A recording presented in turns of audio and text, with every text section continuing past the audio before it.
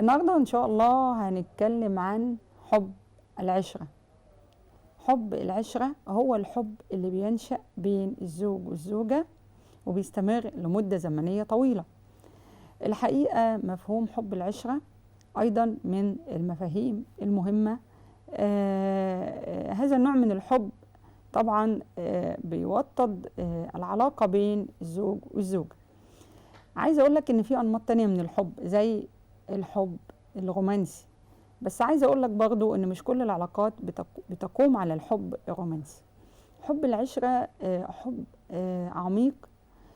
في أشخاص مش عندهم رومانسية في حياتهم، بس الحقيقة هم مش تعبانين في حياتهم، بالعكس عندهم قدر من الرضا وعندهم قدر من السعادة.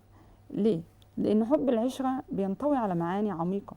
هي فكرة إزاي إن الزوج والزوجة بيقدروا بعض، إزاي في تفاهم بين الزوجين، إزاي في ثقة متبادلة بين الزوجين، إزاي الزوج بيحترم زوجته، بيستمع إلى آرائها، بيقدر احتياجاتها. الحاجات دي بتغرس معاني عميقة في إطار الحياة الزوجية. علشان كده في ناس مش بتعاني الحقيقة إن هي مش عندها كل شوية علاقة رومانسية. ما هو العلاقة بتيجي من التفاعل الإيجابي والارتباط بمرور الوقت بيشكل هالة جميلة جدا في إطار الحياة الزوجية.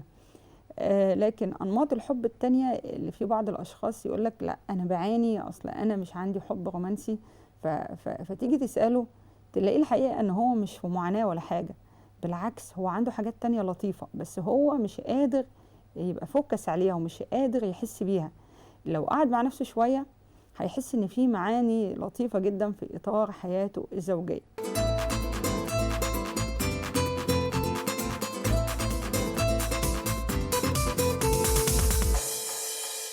عايزة اقولك برضو من المشكلات اللي موجودة في اطار الحياة الزوجية، تبص تلاقي مثلا الزوجة تقولك لا انا زوجي مش بيقول لي كلام رومانسي طول الوقت، مش بيجيب لي ورد، مش بيهتم بيا.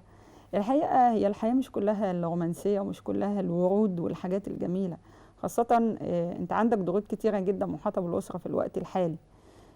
لكن لو العلاقة فيها قدر من الثقة والاحترام، حتى العنصرين دول بس أنا قادرة أقول لك دول بيبقوا كفيلين فعلا إن هم يشيلوا الحياة الزوجية ويعدوا بيها إلى بار الأمان.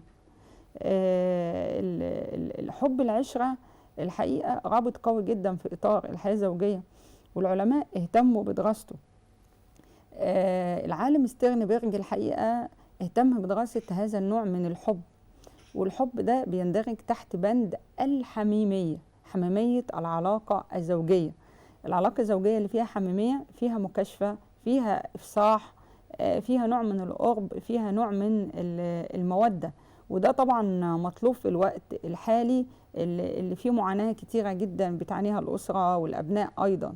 فحب العشرة أيضا مصطلح قوي جدا. وعايزة أقول لك كمان إن الحياة لما بتتبني على الثقة وعلى الاحترام وعلى التقدير الحقيقة بتبقى أقوى بكتير. ساعات المشاعر الرومانسية يعني اللي احنا بنقول عليها الملتهبة ممكن مع مرور الوقت يعني تخبو، ممكن تقل، ساعات رومانسية بتقل، بس أهم حاجة اللي بيفضل هو مشاعر التقدير والاحترام والثقة.